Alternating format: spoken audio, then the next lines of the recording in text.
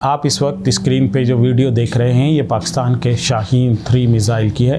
شاہین 3 2750 kilometre دور تک ہدف کو نشانہ بنانے کی صلاحیت رکھتا ہے۔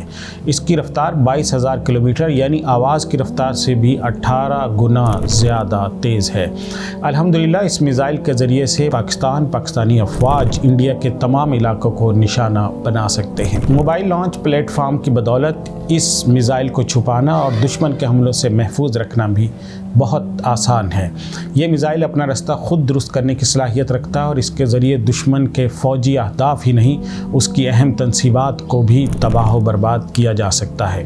شاہین 3 کی اہمیت کا اندازہ اس بات سے لگائیے کہ امریکہ نے اس کو اپنے لیے خطرہ محسوس کیا اور اس قسم کے میزائل کے بارے میں کہا کہ ان کے ذریعے سے امریکہ کو بھی نشانہ بنایا جا سکتا ہے۔ اسی وجہ سے گزشتہ کئی سالوں میں کئی مرتبہ امریکہ نے اس میزائل پروگرام پر پابندیاں لگائیں، اس سے جڑی کمپنیوں اور اداروں کو بین کر دیا اور ان کی تجارت پر پابندی لگا دی۔ حضور صلی اللہ علیہ وسلم نے کئی حدیثوں میں تیر اندازی سیکھنے کا حکم دیا ہے۔ ایک حدیث میں حضور صلی اللہ علیہ وسلم کا فرمان حضرت عقبہ بن عامر رضی اللہ عنہ سے منقول ہے کہ انہوں نے یہ سنا حضور صلی اللہ علیہ وسلم سے کہ جس شخص نے تیر اندازی سیکھی اور پھر اس کو چھوڑ دیا وہ ہم میں سے نہیں، یا حضور صلی اللہ علیہ وسلم نے یہ فرمایا کہ اس نے اللہ اور اس کے رسول کی نافرمانی کی۔